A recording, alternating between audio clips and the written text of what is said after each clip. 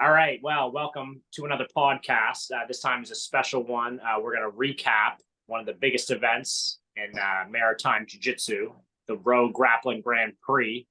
And now I'm joining you, Josh Presley, Brazilian Jiu-Jitsu black belt, and your host. And I'm also the Rogue Grand Prix champion. Yeah. Got the belt to prove it. So yeah, this event just took place last weekend. I thought, it'd be a good time to recap, talk about what happened, talk about the matches while it's still kind of fresh in our mind.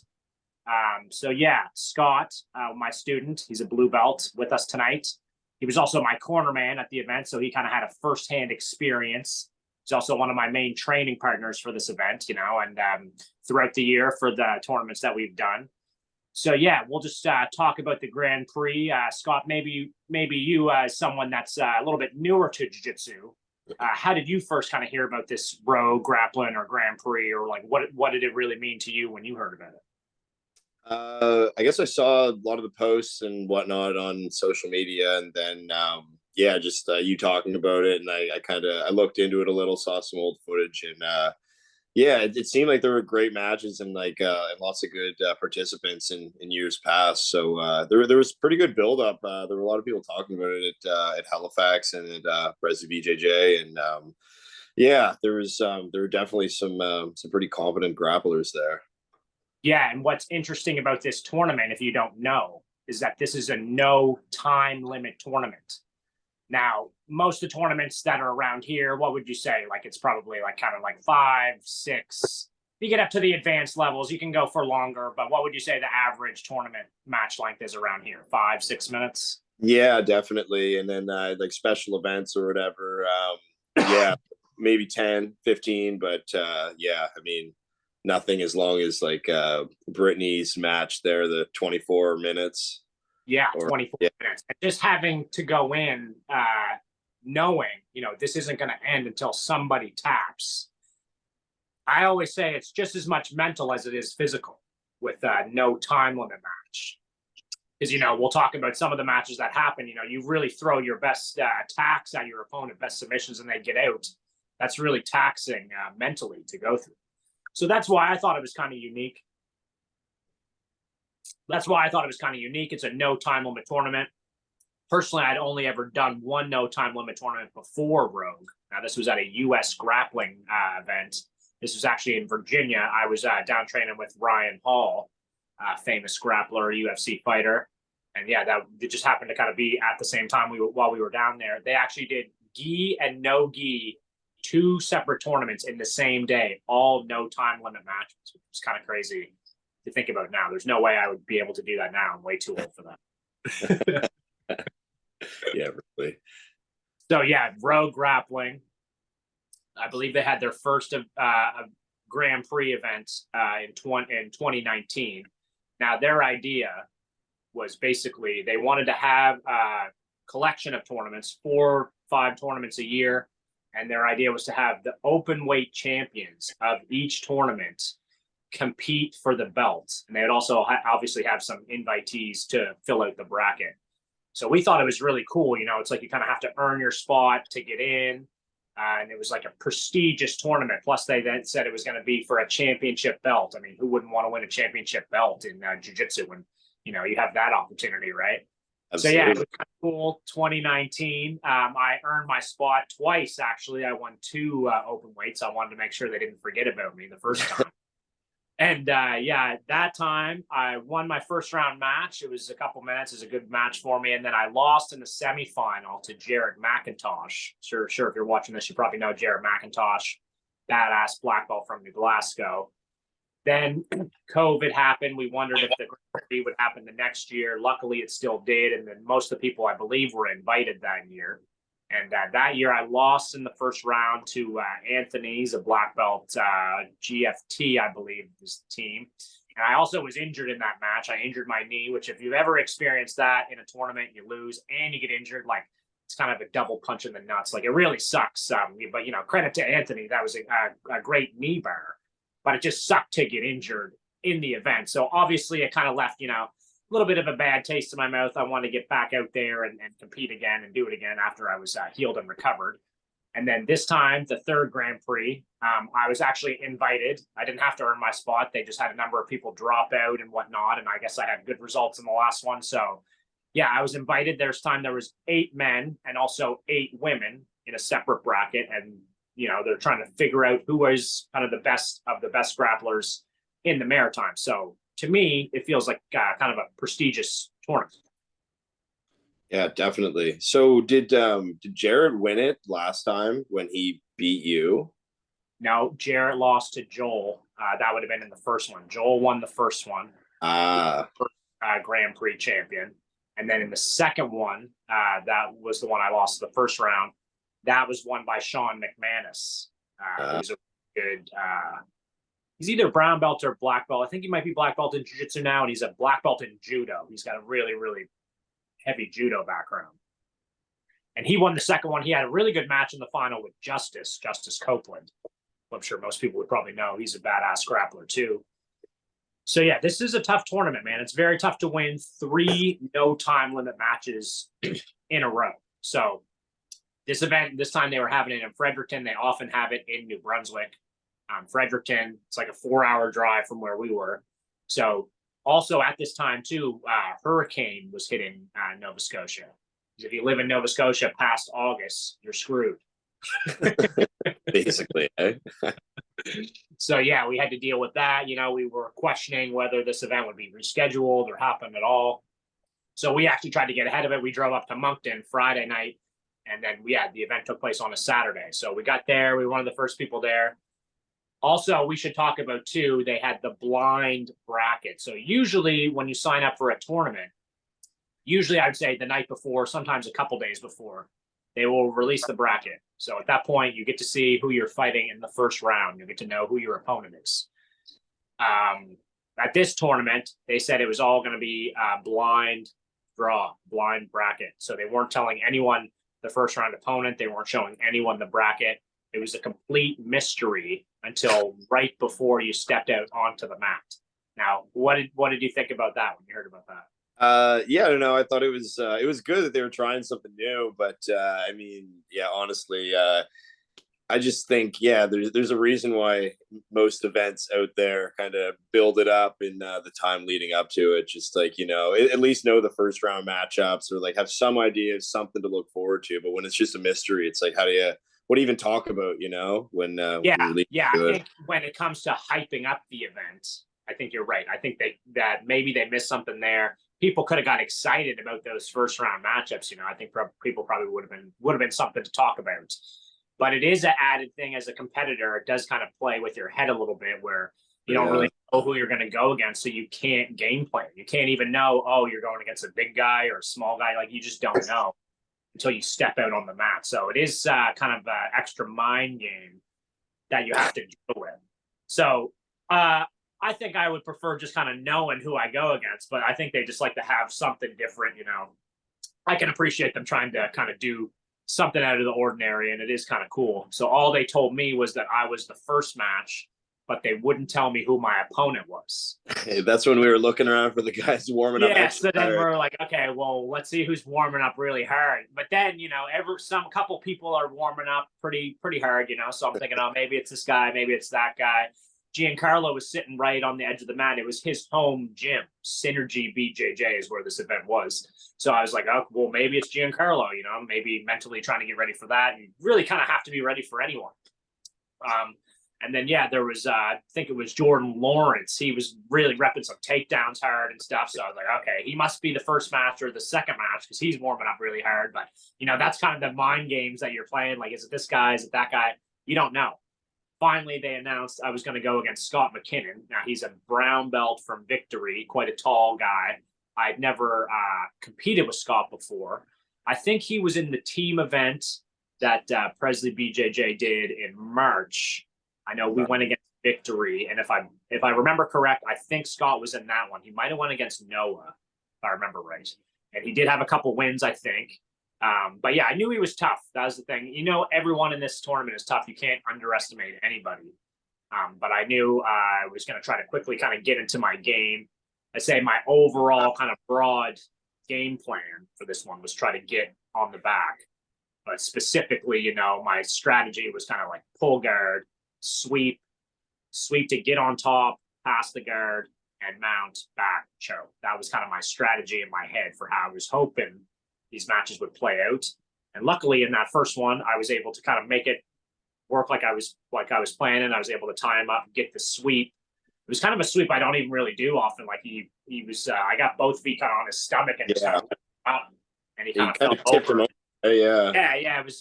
It's not something I often do, but I just knew the position we were in. I could just off balance him that way. And then I thought about going for the ankle lock, but he was pretty quick to just kind of grab a hold of my gi jacket and pull me in. So I didn't want to waste too much effort on going for that ankle lock. I used that to just kind of climb up on top.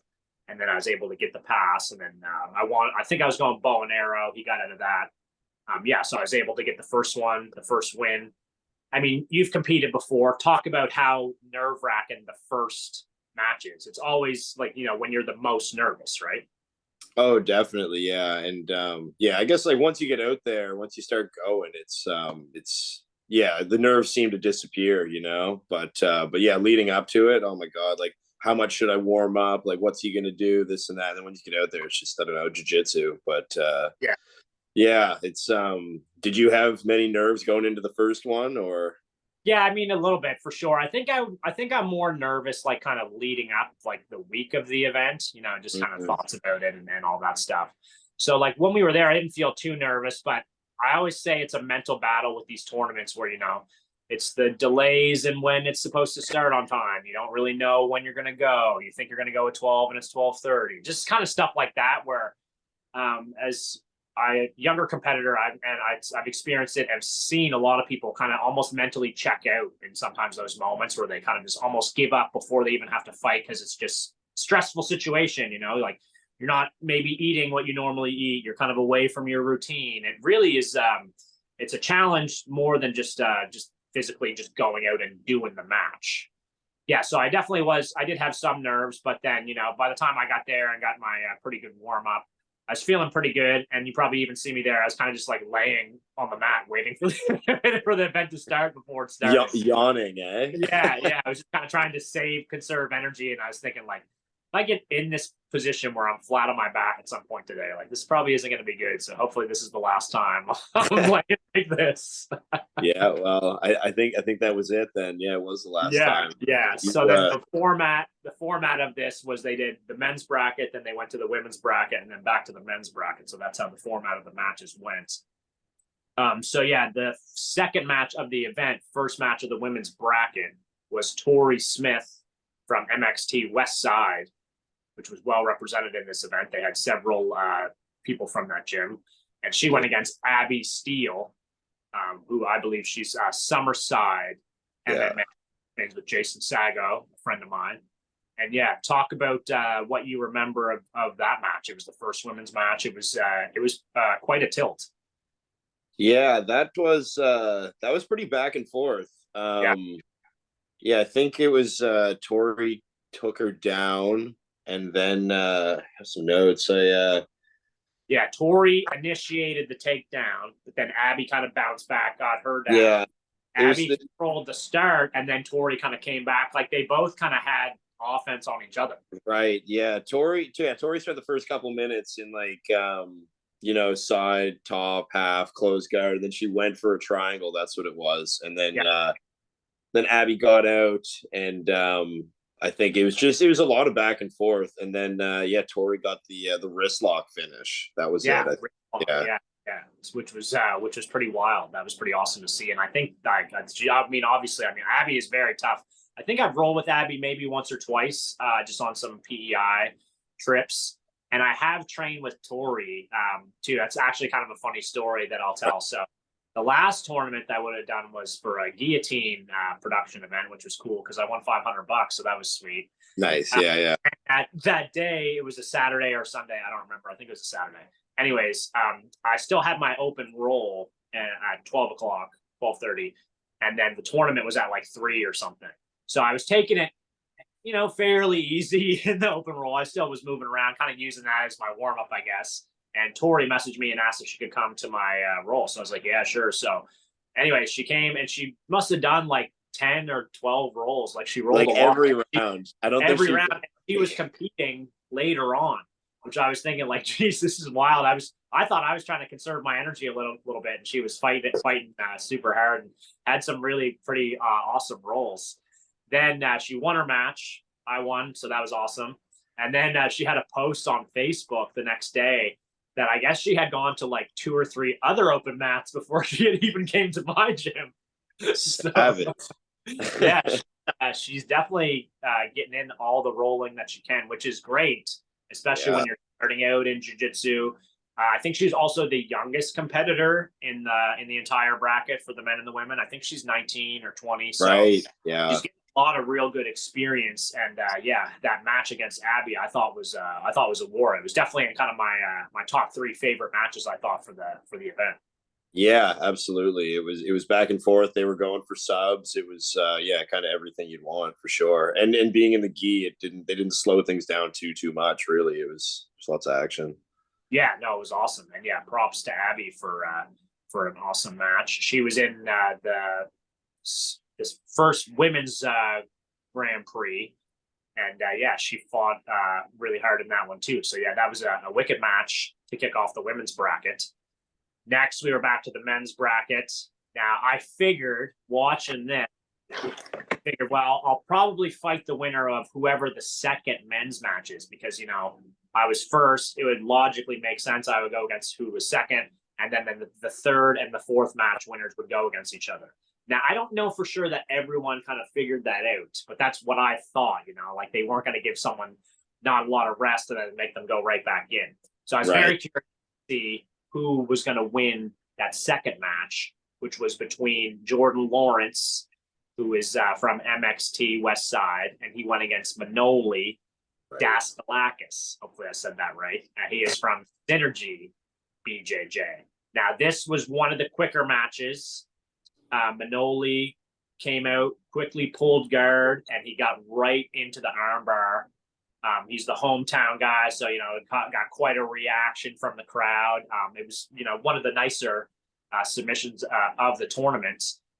Talk about what you remember from that match. And I know we were kind of watching Jordan warm up. Talk about that.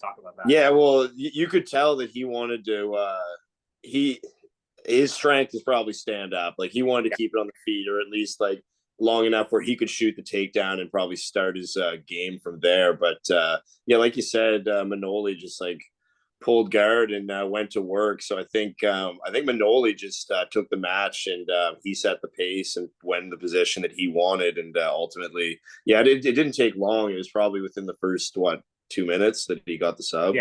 Yeah, I would say so. And yeah, that's the thing. That's what I was thinking about. Even if you're an amazing wrestler in a no time limit tournament or a tournament at all, if your opponent comes out and pulls guard, that really takes away a lot of the wrestling advantage, because you want to be able to take them down into a good position, a position that you're comfortable with. But when they pull guard on you, no, that's not what you want. That's not really what you're probably training for. So yeah, it was a good strategy by Manoli to pull guard. And I wonder if he was watching Jordan kind of warm up too and thinking that. So, is Manoli usually a guard player, or? I believe so. I don't know that for sure, but I mean, I think he pulled guard in all the matches that I've seen of him so far. Right. Yeah. So yeah, tough result for Jordan Lawrence, but I know he's a tough guy. I think he'll be back. They said he's a very active competitor. So, he's also a late notice replacement. Like I think he only jumped in on this bracket with a week's notice. So, it's definitely got to be something said for that. And I think he'll be back probably in this bracket even next year. And I wouldn't be surprised to see him have a much better showing the next time. Yeah, he was passionate. You could tell, like when he took that loss, like nobody likes to take a loss, but he was fired up for a sec, and then like once he cooled down, he was all good energy and whatnot, talking to everyone again. But he wanted it for sure. So I think you're right. He will be back. Oh yeah. No, I think this loss will kind of fire him up. So then we went back. Then we had the women's bracket again. The second match in the women's bracket was Thalie Levesque from Victory Jiu-Jitsu in Edmundston, New Brunswick. She went against Kayla Weatherby from Gracie Jiu-Jitsu PEI. So this is an interesting match. Thalie won this one by armbar. I believe it was a pretty quick match. I think it was like kind of like 2 minutes, if I remember correct. I think they've gone 4. And Kayla, they were both in the last women's Grand Prix. Kayla had a pretty long match. I think it was against Charlene. It was like over 10 minutes, like 10 or 12 minutes, which that takes a lot of heart and determination to go that long. But Thalie's the champ.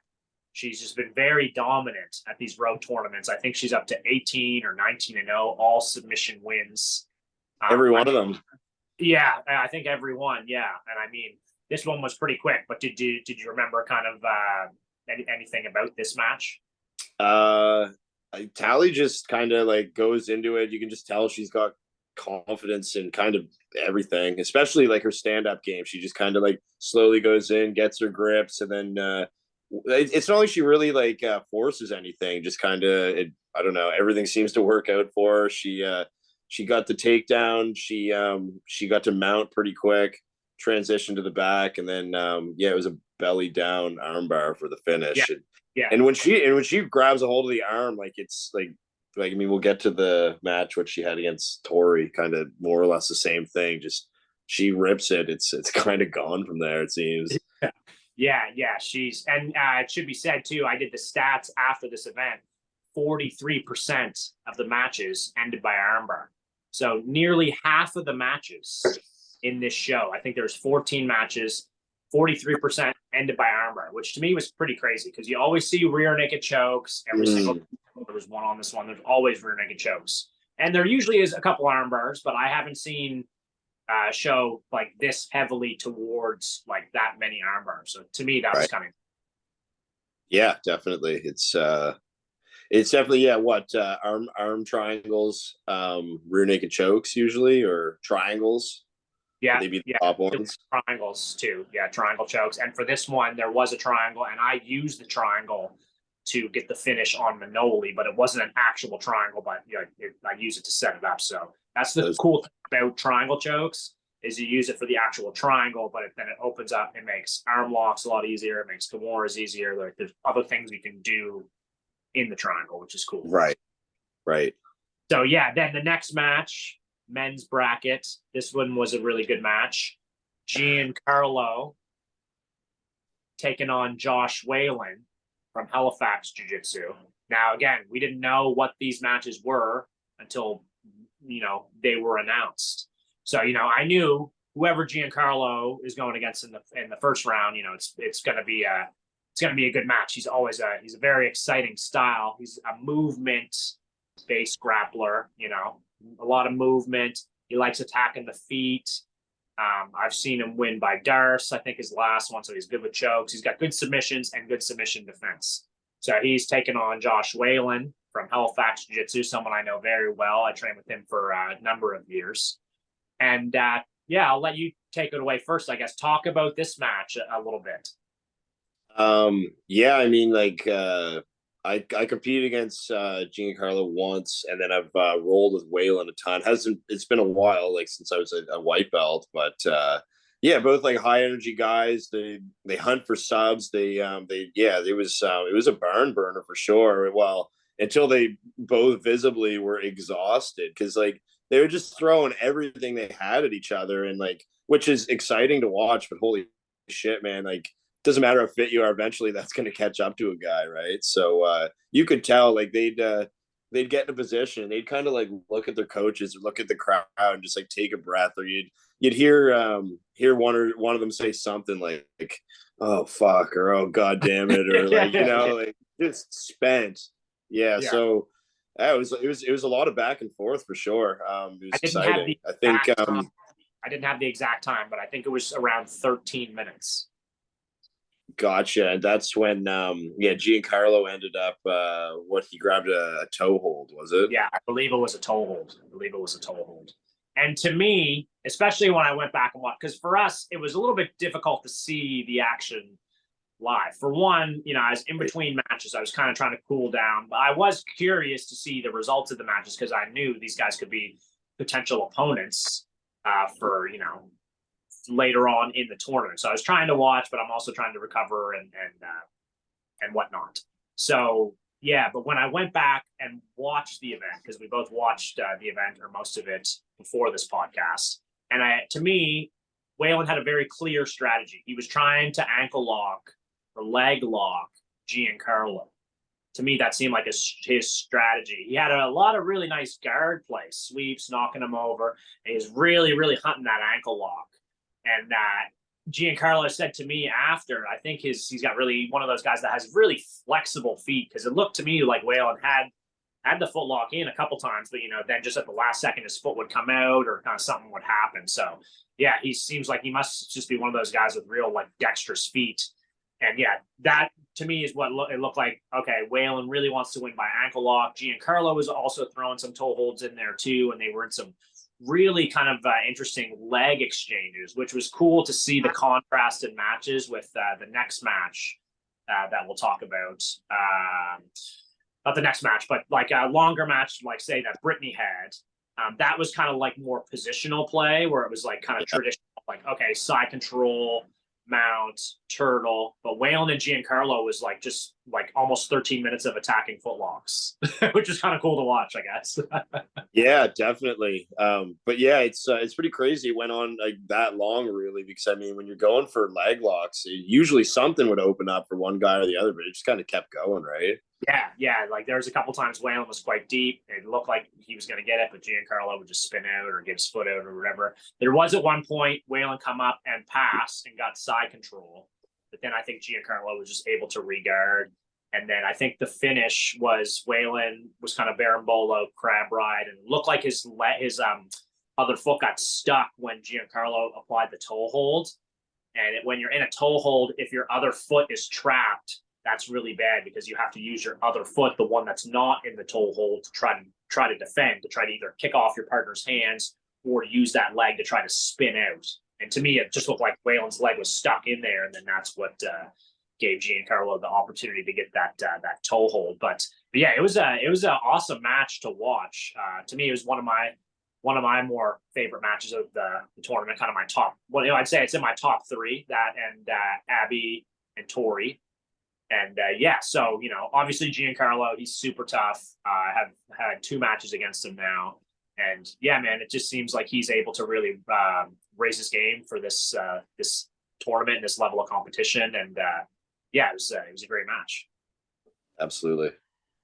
So then next was a quick one. We had Madeline from Charlottetown BJJ. I know Madeline very well. She's a really good purple belt. And now she was taking on Andrea Hayward from MXT West Side. Now, I don't know Andrea well. She's in this bracket. She's probably one of the more inexperienced competitors. She's a white belt, but she's very tough. And I always think it must be a pretty cool experience for someone that hasn't competed a lot or hasn't seen a lot of jiu-jitsu to kind of be a part of one of these shows. I think it must be cool for her. And I know they said she had a competitive dance. I was going to say that.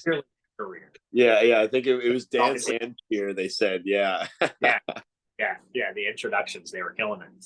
So yeah, that one, it was a very nice armbar finish. And to kick it off, Madeline got Andrea in a deep triangle choke, like deep. I would have tapped to this, but somehow Andrea was just kind of able to squirm and get her head out. And then, yeah, she got out. Then she actually started kind of getting some offense on Madeline.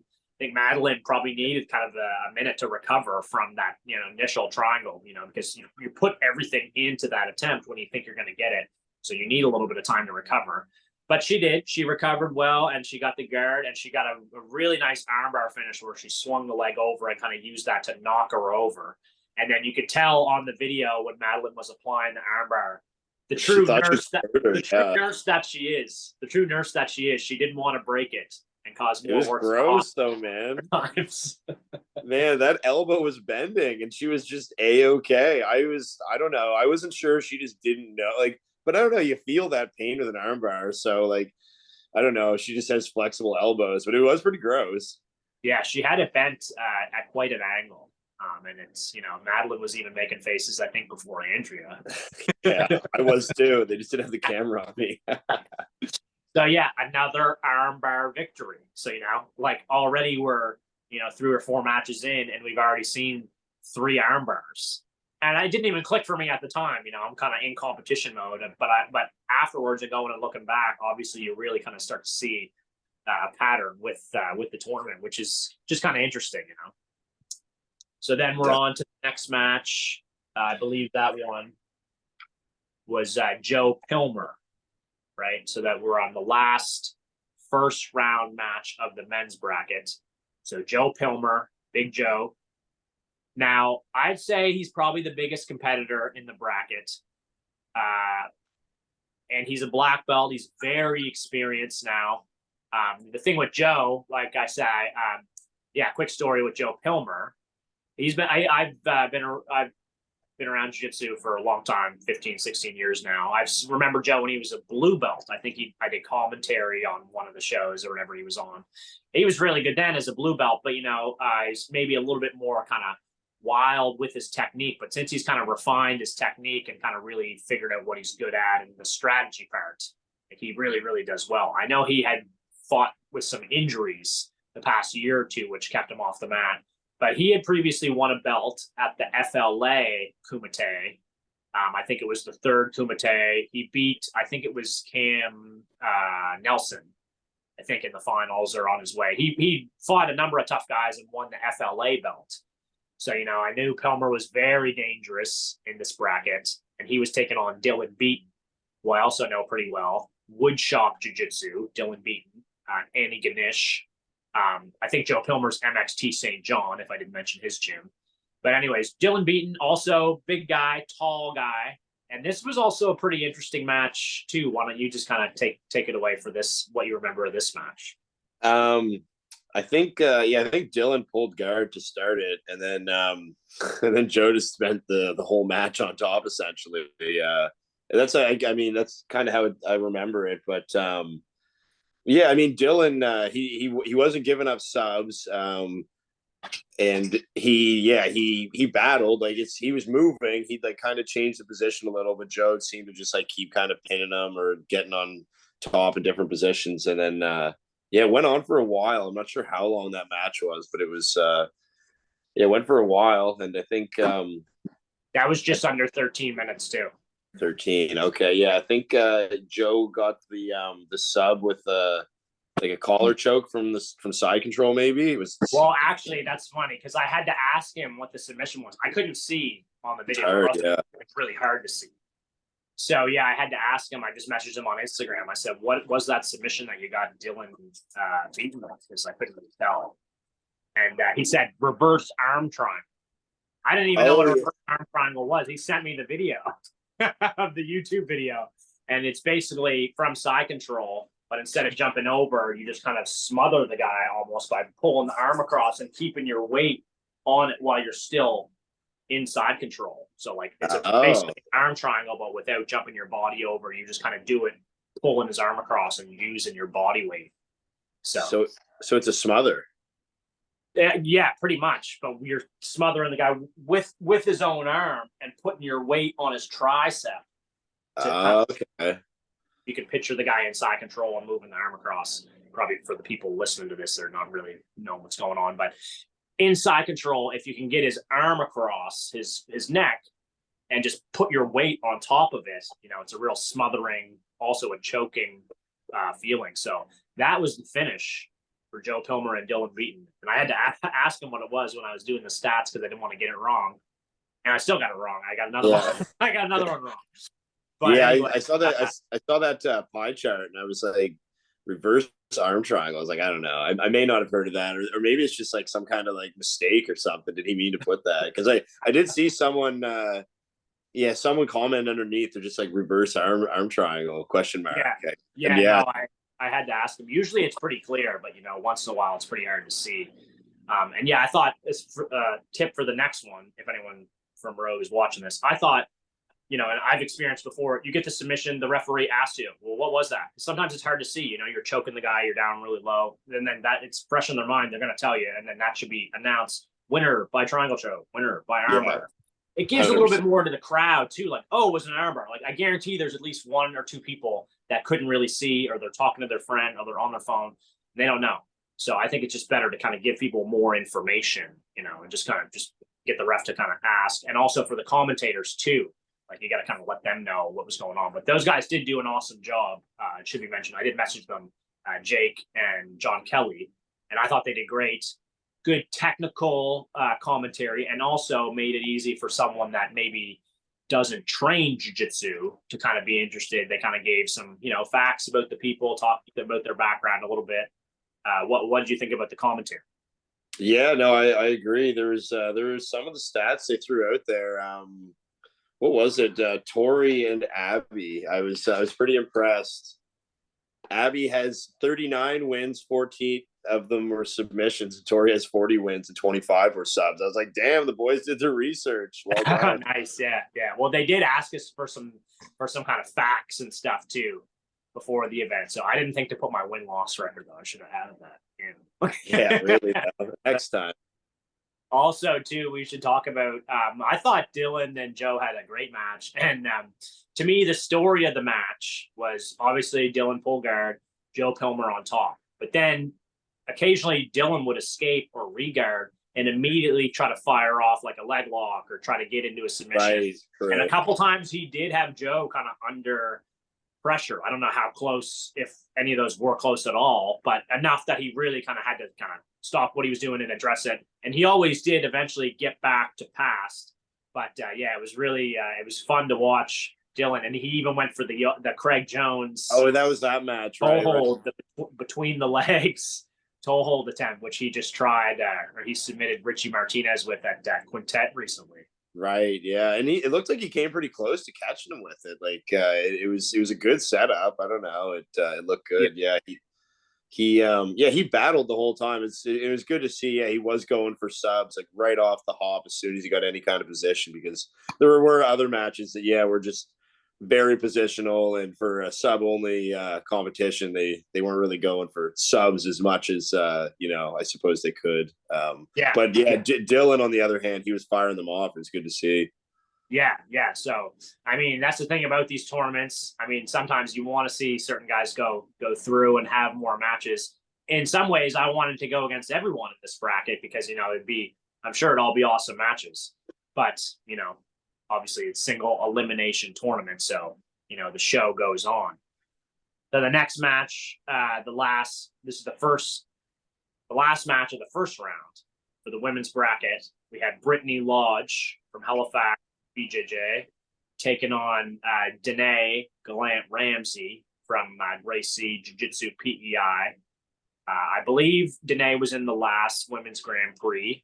I think she had a pretty good match in that one too. Can't remember who she was against. But yeah, she went against Brittany. Facts about this one: it was the longest match of the day, 24 minutes. 24 minutes in this match until there was a submission, which was Brittany winning by armbar. So yeah, talk about the kind of the story of this match, how it played out, and 24 minutes. What did you think about that while this was going on? Yeah, I think, oh geez, just I sympathized for how tired they probably were, but they battled. I don't know, it was pretty back and forth. It was definitely quite positional. With that one was one of the ones with a lot more just position than submission attempts, but yeah, it was back and forth. They'd get in a position, they'd kind of progress, and then they'd maybe go get a little too overzealous. The person would sweep them, then they'd kind of do the same thing. And it was just it seemed like a lot of back and forth like that. I'm trying to think, because I remember, Brittany had two matches. Like it was one then the next. I remember one, the girl was kind of like pushing Brittany forward. Then I think Brittany was pushing the other girl. The next match, she was kind of dictating the terms for the stand up. But yeah, it's a lot of the women seemed to be really strong on their feet, and they wanted to stay on their feet. There wasn't there wasn't as much guard pulling, at least right off the hop. Anyway, they a lot of reaching around, grabbing the belt, and trying to go for that kind of takedown, or at least position. Yeah, which is awesome to see, because you want to be well-rounded in jiu-jitsu. So it's good to see people going for takedowns, cool throws. It's great to see all that. The problem is, the reason why I didn't want to wrestle is because most of the people in this bracket are bigger than me, and it costs a lot of energy to wrestle. if you're watching this, I'm sure you've experienced wrestling. If you do it for a minute, if you can wrestle for a minute, you're in pretty good shape, because I can barely wrestle for a minute. Like, it's exhausting, you know, if you're really fighting and going for takedowns. Man, I always say it's like a different type of cardio doing the wrestling versus wrestling on the ground and doing jujitsu. So it took a long time for me to figure that out. And yeah, I feel like my takedowns are improving now. Wouldn't say they're great, but I wasn't confident to go for takedowns in this, especially against someone bigger. I just felt like it would be better if I played to my strengths and I pulled guard and attacked from the bottom, versus even if I could get a takedown, I feel like it would have cost me so much energy that it just wouldn't be a smart choice. Well, yeah, your matches were pretty short. So, I mean, if you just spent that extra minute or two stand up trying to get that foot sweep, get that shot or whatever, I mean, it's just more time out there in general. And then, like, yeah, shooting for takedowns and stuff, it tires you out. And not to mention, it leaves you open for worse positions than obviously starting in a guard, right, and it being your game. Yeah, for sure. Yeah. So, I mean, and also, 24 minutes, that's crazy. But then Brittany also had to have two other matches after that. So that's mentally quite taxing, knowing that, you know, you're tired, and you know, also it takes a lot of mental strength and to continue on through that. So, but that's what I wanted to avoid, having to have a super long match and continue going. But obviously Brittany trained very hard for this. And, you know, you wouldn't have been able to tell even that she had that long of a match from her other matches. So, yeah, that was the end of the first round of yeah, go ahead. Brittany had the shortest match of the day as well, I think it was. Yeah. Is that true? Do you remember how long that one was? I think it was under 2 minutes. It was maybe 1:30. It could be less, but I'm not sure. I was trying to get some of the times, but I didn't get the exact times because the feed at some points was choppy. So I don't know for sure the exact times, but it would be good. It would be good to get those. If you have those, post them up, the match times from Rogue. It would be cool to have that data, that information, kind of see what the average match length was. Yeah, definitely. Cool. They took a little break in between that and the semifinals. And we had the semifinal match, first one, which was myself, taking on Manoli. Now, I had never competed against Manoli before. I know he's a very active competitor in the local scene. And yeah, funny story involving Manoli at the Breakthrough. There's a Breakthrough tournament this year in February. Right now it's September, so this was 9-10 months ago. Anyways, I won that one, and I fought Giancarlo in the final. More on that coming up. But I had a semifinal match. Then there were supposed to be 2 matches in between my semifinal match and the final. Giancarlo went first. So this time it was different. This time I was first. Breakthrough, Giancarlo was first. He won his semifinal match. I think it was against Jericho, if I remember. Anyways, then I went, and they said, okay, I had a pretty tough match with Evan, I think. It was like 6 or 7 minutes. Right. Then I was pretty tired because it was an extra round as well. So that was my third match of the day. My matches were a little bit longer, I think, or anyways. So yeah, then there was a very quick match with Jake Harper, who's one of the commentators. He won by ankle lock in it was less than a minute. So that was the first match, down really quick. Then the next match was Jeremy Miskin and Manoli. And that was also a very quick match where I think Jeremy Miskin was able to get around Manoli's guard, or something happened, and he was able to get a quick submission on Manoli. And I wanted one of these matches to at least go a few minutes so I could get a break. Wasn't the case. And that wasn't the case. Yeah. So that was kind of a funny story involving Manoli. He didn't help me out in that one, going against his teammates. But in this one, I was able to I pulled guard. I kind of inverted. I was kind of looking for a back attempt. Then I felt like the time was right to attack the toe holds, and it got a reaction out of him. I thought for a second it was going to work, so I really did put a lot of effort into that toe hold. He spun out of the toe hold attempt, and I used that to get on top. Because remember, my strategy, pull guard, sweep, get on top, pass, mount, back, and try to get the choke. So I used the leg lock attempt to gain top position. So that was the sweep. And then I was able to pass, get him mount. But I did have a tough time finishing him from the mount. I was felt like I was doing well, obviously, like tiring him out. But I really wanted that arm triangle choke, and he was able to avoid that. He was just one of those guys that was just so flexible. I kind of moving his arm that I couldn't get what I wanted on that. And I was still trying to be cautious from mount and not try to give up too much, because I didn't want him to get out and re-guard and then have a chance to kind of fire back with his offense. So I was trying to stay a step ahead and not give up too much while still trying to attack submissions. And then eventually I was able to force him to give me his back. And I had 2 or 3 attempts for the rear naked choke. He was able to fight those off. A couple times I thought that was it.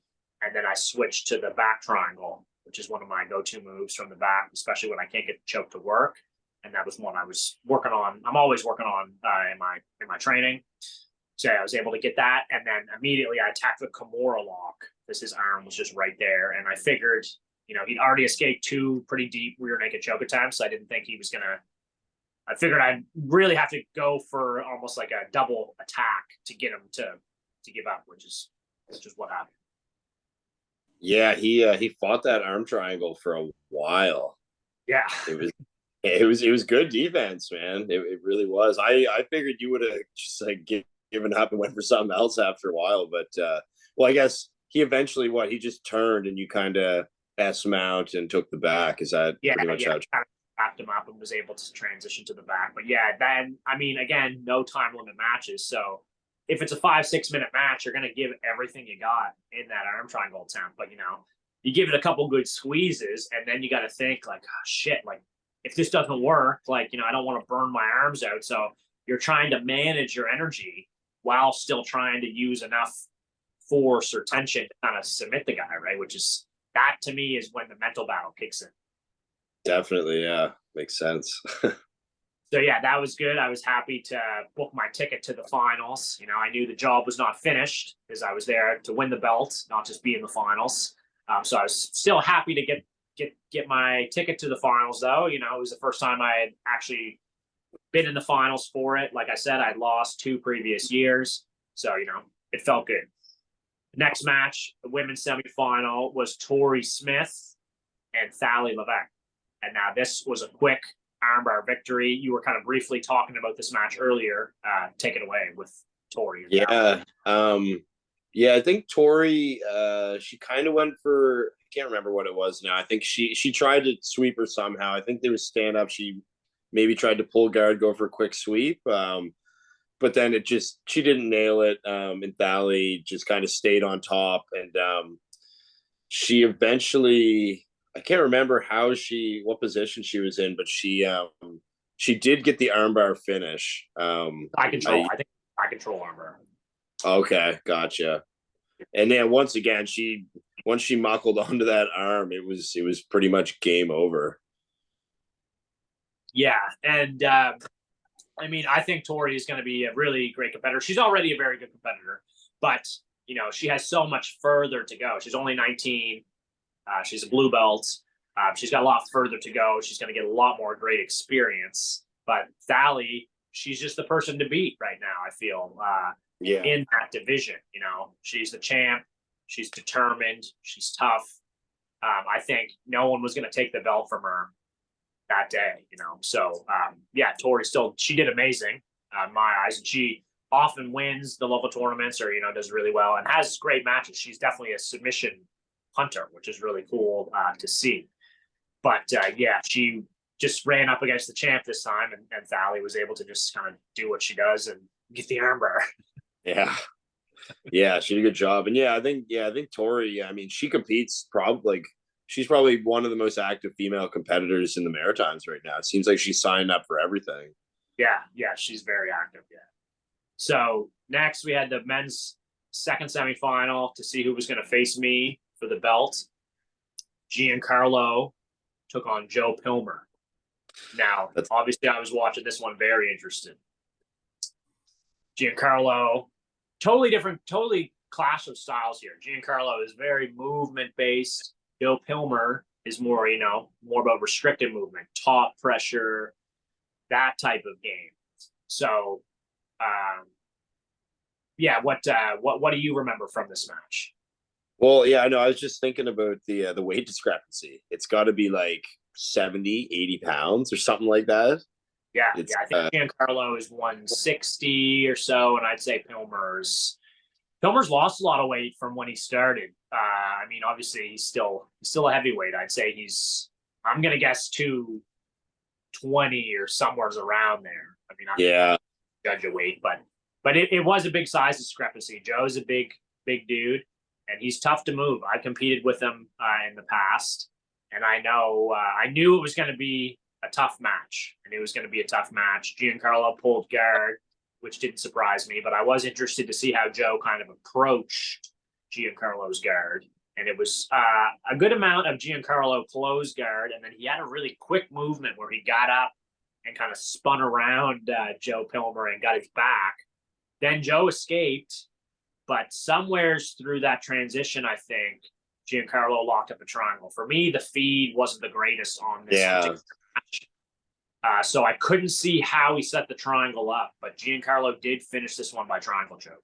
right. Yeah, I think it cut out for me too. I think it was just the production, but yeah, it looked like a triangle, and yeah, I think it all started from that. I think he was in close guard or half guard, and he just kind of like threw on a guillotine attempt or like a front headlock, and then just brought his feet out, scooted around, took the back, and then he ended up getting that finish with the triangle like 20 seconds after he went for the back there. But yeah, it was. I find Giancarlo when I competed against him, like he's fast and he's athletic, but a lot of people don't realize how strong he is. Like he like when he goes for collar ties and stuff, like you feel his weight. It's he's a lot. I think he's just like pound for pound, like quite strong. So I mean, although he was Joe was quite a bit more weight than him. It's not like you're going against someone that much smaller, like because he's not as weak as someone that's in his weight class typically. So I think he did pretty well there. I could tell because he'd hop up and they do like some stand up exchanges and stuff. And Giancarlo is just feisty. He's down to battle in whatever position. And yeah, I guess he just had the edge in the sense that he was a little quicker than Joe and got around to the back and finished from there. Yeah, and obviously I mean, whoever wins this match is going to be a really tough final. But like I said, total different styles. So, Giancarlo, I got to be concerned with his movement and trying to move around a lot. Joe Pilmer, well, I got to be concerned with him not putting his weight on me and trying to kind of move around him. So, obviously it ended up being Giancarlo, but it could have been a totally different match. So that's kind of the interesting part with the jiu-jitsu tournament. You're going to have to adjust your game depending on who your opponent is. So Giancarlo got a spot in the final. It was me and him in the final match. We'll quickly talk about the women's semifinal before that, which was Madeline versus Brittany. Now, this was the match I messed up on my stats because somehow I thought it was an armbar. The feed on this one, I didn't even see the match. So somehow it cut out for me. So Madeline got guillotined by Brittany, but was this the one that was the quickest one of the day? I can't remember. I think that it might have been. It was a short match. Like it was definitely under 5 minutes. It could have been shorter, but I was pretty focused on trying to get ready for the final, so I wasn't the most into it live. So I was disappointed I couldn't see it on the feed. But yeah, I've trained with both of them, Brittany and Madeline. And Brittany's doing very well lately. She's competed at some IBJJF Opens, and she's getting a lot of experience, which is very valuable when you're going elsewhere, traveling, going against people outside of your comfort zone. Madeline's also a very seasoned competitor too, so I thought it would be a very good match. But Brittany was able to win that one by guillotine. So then we had the women's final, which was going to be Thalie versus Brittany. So back to the men's final, which was myself. So, okay, back to the backstory. February breakthrough. That was the first time I got to compete against Giancarlo, which was in the finals of the breakthrough event. That was a no-gi match. And that was a very long no-gi match. That was around 20 minutes, I think, right? Scott, you were there for that one. Yeah, that was an incredible match. That was a barn burner for sure. And yeah, Giancarlo, he did amazing that day. He beat my student and our teammate, Mike McLeod, that day. So, you know, Giancarlo, we got to see quite a bit of him, you know, since had this gym. He competed against you. He competed against Mike. He competed against myself. So, yeah, that was a different type of match because no gi, obviously, as everyone knows, is different than gi. Gi, you have so many handles. Your body is covered in handles for your opponent to grab, right? The gi that you're wearing is the weapon for your opponent and vice versa. So one of the questions that I got when I was talking about this podcast, which was, what did you feel more comfortable in, gi or no gi, leading up to this tournament? And it's kind of a tough question for me to answer because right now I'm doing heavily more no gi. I'd say about 80% no gi. So I guess I'd have to say no gi for my current training. But my whole entire jiu-jitsu career, which is 15, 16 years, I would say, except for the last year and a half to two, let's just say for the last year, for number's sake, I'd say 90% of my training has been in the gi. At one point, I was one of those people that was like, fuck no gi. I don't want to do it. I only want to train in the gi. Still, some people are like that, but I feel like it's less of an opinion these days. No gi is exploding in popularity. I think that's kind of more the future of the sport. But most of my training and most of my competing has been in the gi. As a blue belt and a purple belt, I usually did much better in the gi than in no gi. It was just kind of a personal choice and goal where I wanted to go and do more no gi for myself. And because I think it's more of the future and I want more of my students to be more no gi kind of specialists or whatever you want to call it. So anyways, that was a no-gi match, and it was a very long match. It was very tough. I was eventually able to get Giancarlo with a rear naked choke. I knew this one would be a different type of match because it was in the gi. And I already just explained all the reasons why.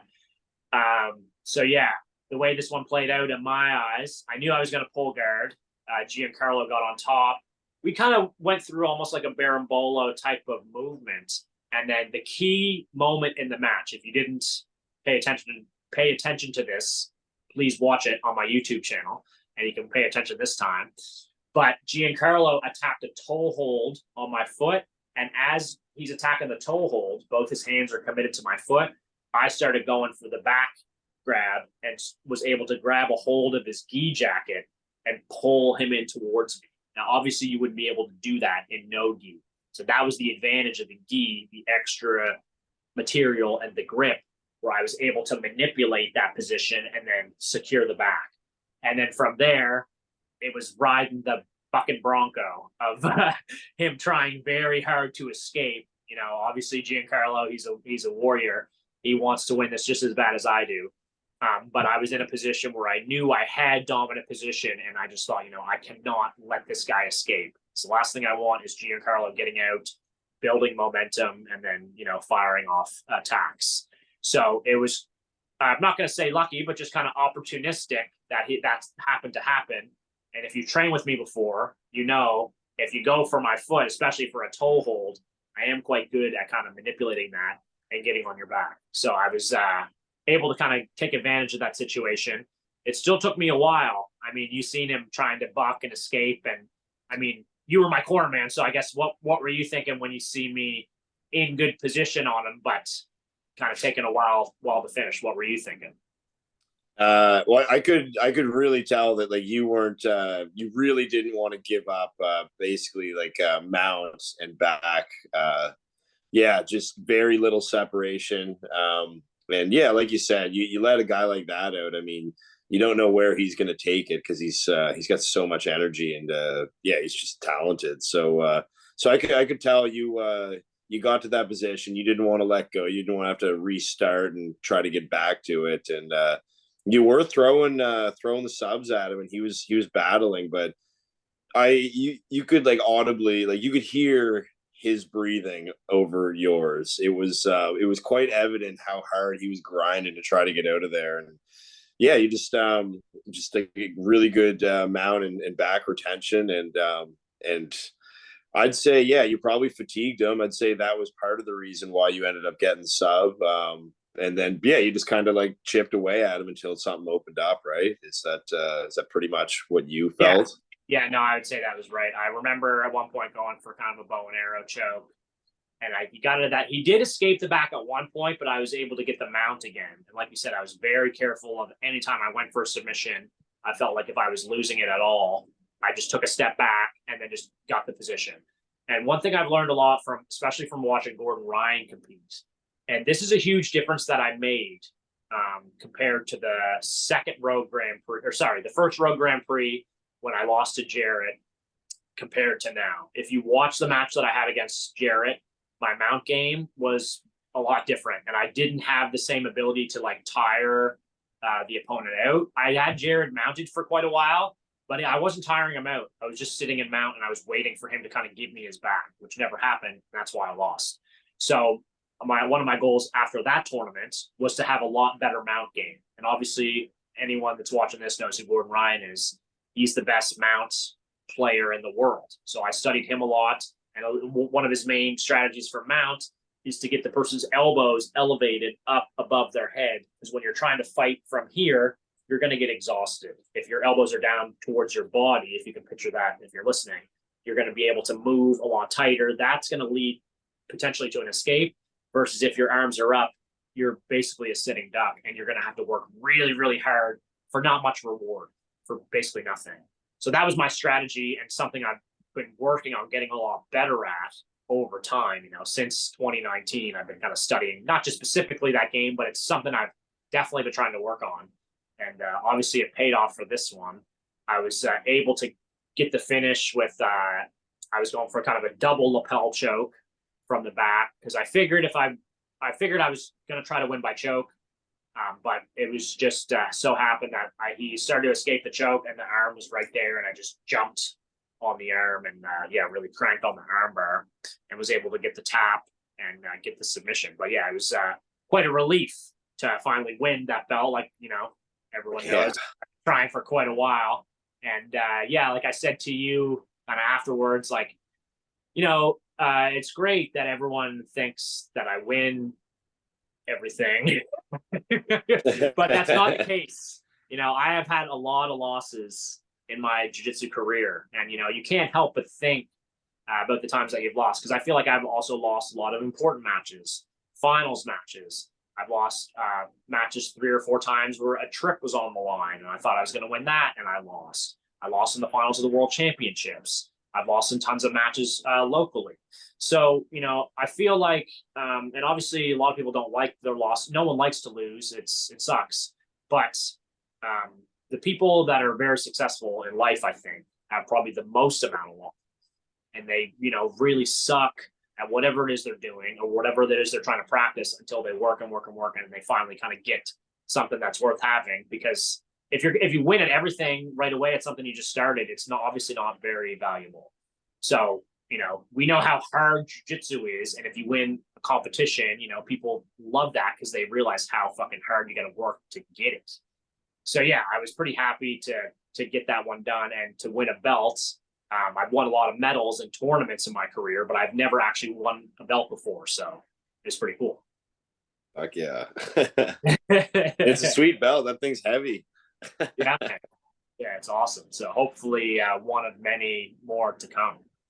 Yeah, we still got some room on the walls at the gym, plenty more room for belts. Yeah, plenty of room for belts. Yeah.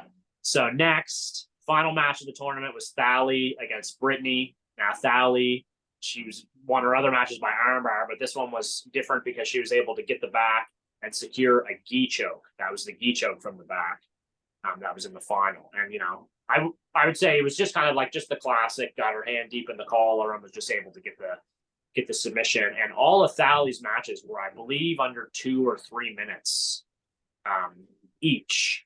So her total time was definitely less than 10 minutes. I want to say it was maybe 6 minutes of total mat time. Versus Brittany, she had that very long first match. You wonder if maybe that played a little bit of a factor, and if Brittany was a little bit tired kind of going into that. Well, yeah, I mean, like 6, 7, 8 minutes, whatever it is that Thalie had versus Brittany, probably upwards of 40 minutes, maybe. Like Yeah, 24 plus like 2 plus, I don't know, what was her the third one? She only had 3, no? yeah, she had 3. She would The have, three. let's say Okay, close to so a half hour. Let's say close to a half hour versus 6, yeah, right? That's a big difference. yeah, definitely 4 or 5 times as much, right? So it's Yeah. yeah, and but I can't remember exactly how that match went. Honestly, that's like I should. It was the finals, but yeah, she I Brittany's strong, and I think she did try to play the strength game, and I think Thalie just she was stronger at least on the feet. Yeah, Um, they both seem to have a good, solid judo background, but yeah, I think Thalie was just able to get to her game a little bit quicker than Brittany. And what's interesting about them is that they'll have a match coming up, right, FLA events next weekend, right? Yeah, this coming weekend. So yeah, it's I don't even know what day it is, but FLA is coming up next weekend. Yeah, I'll probably post this. I'm thinking probably around that time, probably very shortly after. And yeah, so it will be interesting to see in that match how it plays out. And this is Nogi now, eh? It'll The be next weekend, yeah. It'll be different, and it'll be interesting to see if Brittany changes her strategy. Now, I'll probably release this after the match. So I'm thinking if I was Brittany in Brittany's shoes, I'd probably try to change my strategy and try to play half guard. I try to probably pull a half guard. I think it'd be very difficult to take Thalie down. And I know Brittany has a good half guard because I train with her. And if I was Brittany, I'd also maybe think about a leg lock, maybe trying to open up the leg lock game, only because I have never seen Thalie go for a leg lock. And I'm not saying it's a hole in her game, but I'm just saying it's maybe potentially somewhere where she could go for something when it seems like she's just been so dominant that, I think it would be difficult to take her down and possibly do much else. So it will be interesting to see how it plays out. But if I was in Brittany's shoes, I would change the strategy, half guard, and think leg locks to combat some of Thalie's pressure. Yeah, I think Brittany is a bit of a lag locker too, anyways. So I mean, it's like it's not really changing her game too much anyway. It's just kind of using something else that she already has. Yeah, Seems yeah, intelligent, yeah. Yeah, and yeah, so the next kind of big event in maritime jiu-jitsu coming up, it would be the FLA Kumite or Grand Prix. I'm not sure what they're calling it, but there's a FLA tournament for a belt. I'm not sure how many people are in it. I think it might be a 16-man bracket. There's also a women's belt on the line too. There's going to be some exciting matches for that. I believe Thalie and Brittany are outside the bracket. And in the bracket, I know Sarah Wilson. She's in the bracket. Big fan of her. I love watching her matches. I know Tori's in the bracket.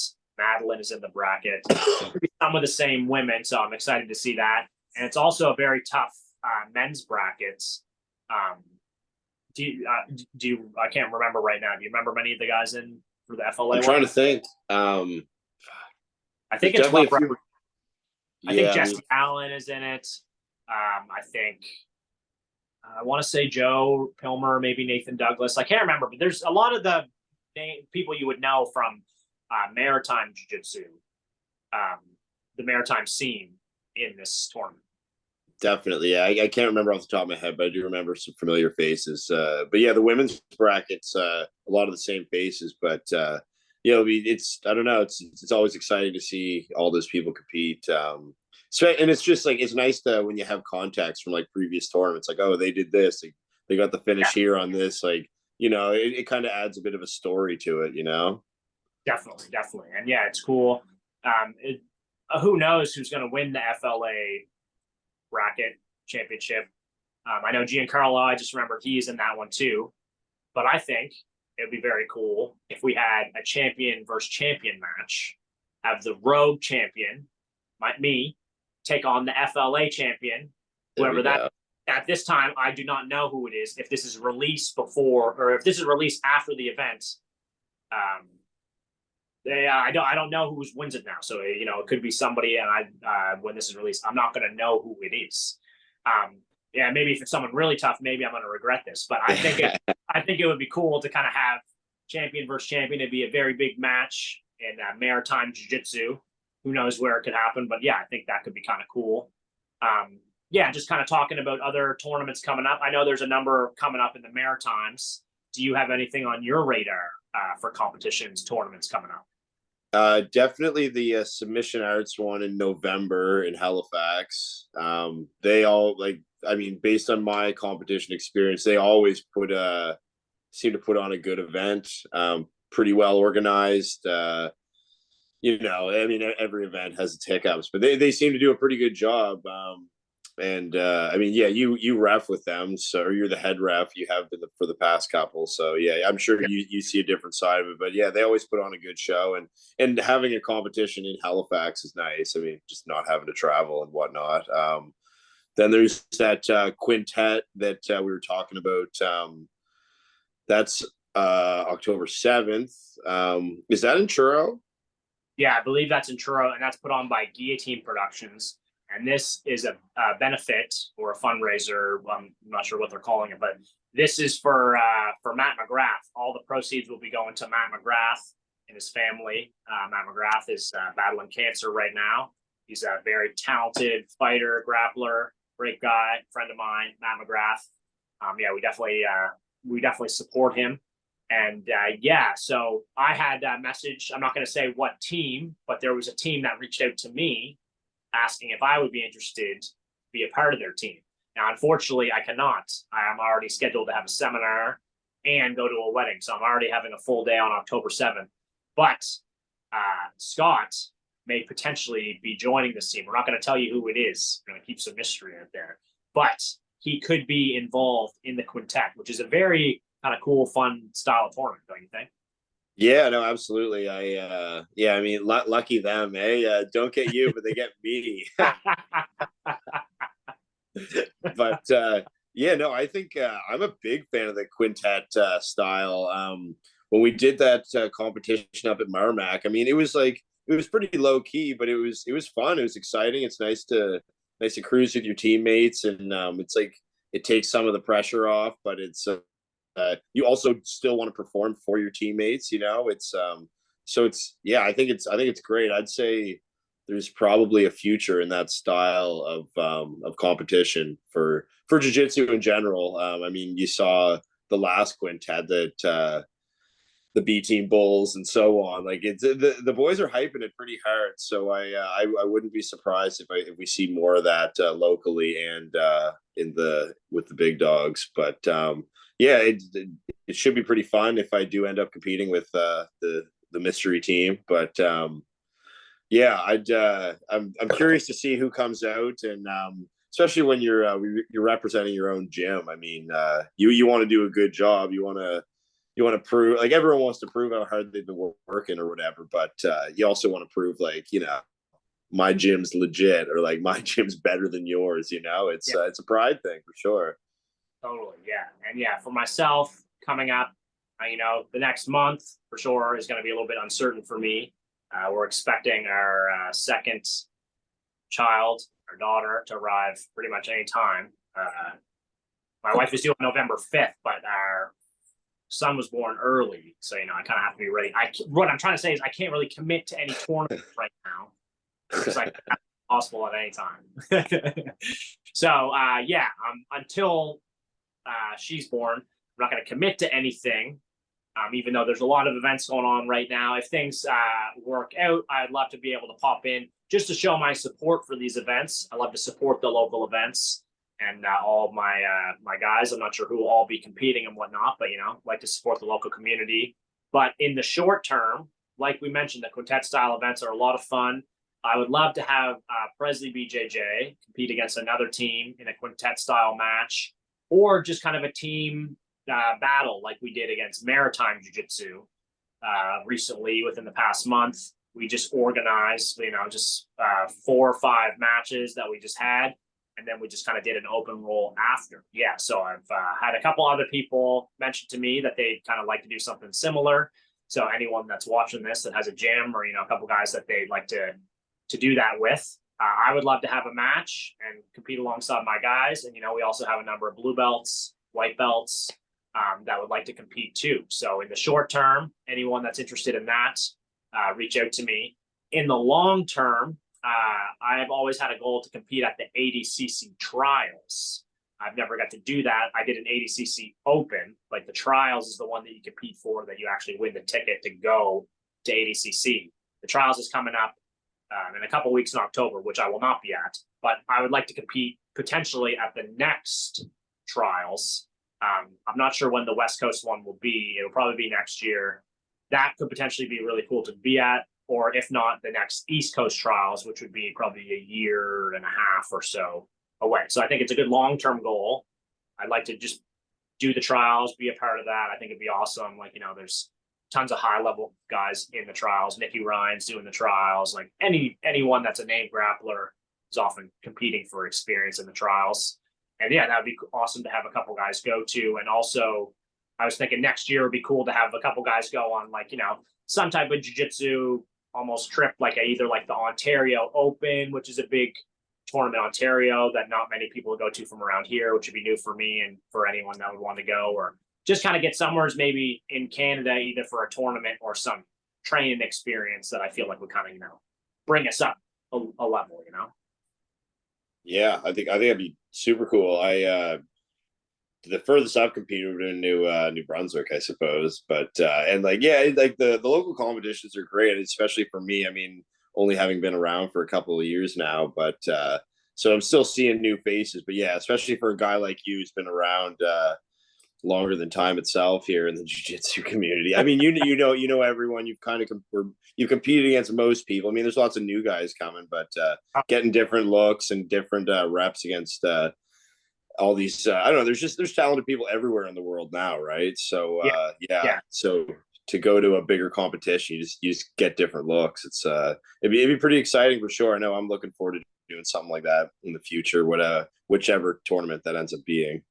Yeah, and I know, like, you know, I think tournaments are allowed again in Montreal and in Quebec. They were banned for a number of years. It was just a weird combat sports law or issue, but I believe they're allowed there again. It would kind of be cool to kind of make your way or make our way, you know, do a trip or a tournament to Ontario this year, or maybe tournament Alberta one year, or you know, seminar or two would help along the way if anyone can help organize that. But yeah, I think it'd be cool, kind of get across Canada almost. You know, I love that the Canadian jiu-jitsu scene is growing. When I was coming up, you know, there wasn't many people that were that good at jiu-jitsu in Canada. You know, Jake McKenzie, obviously he's awesome, and he did a lot internationally. But it's cool to see the Canadian scene grow. Like, you know, Dante Leon is amazing. He's like the WNO champ. Ethan on the B team. There's a lot more people coming up from Canada than there used to be. So I think even in Canada itself, you can kind of get some really awesome training and tournament experiences. Definitely. Yeah, absolutely.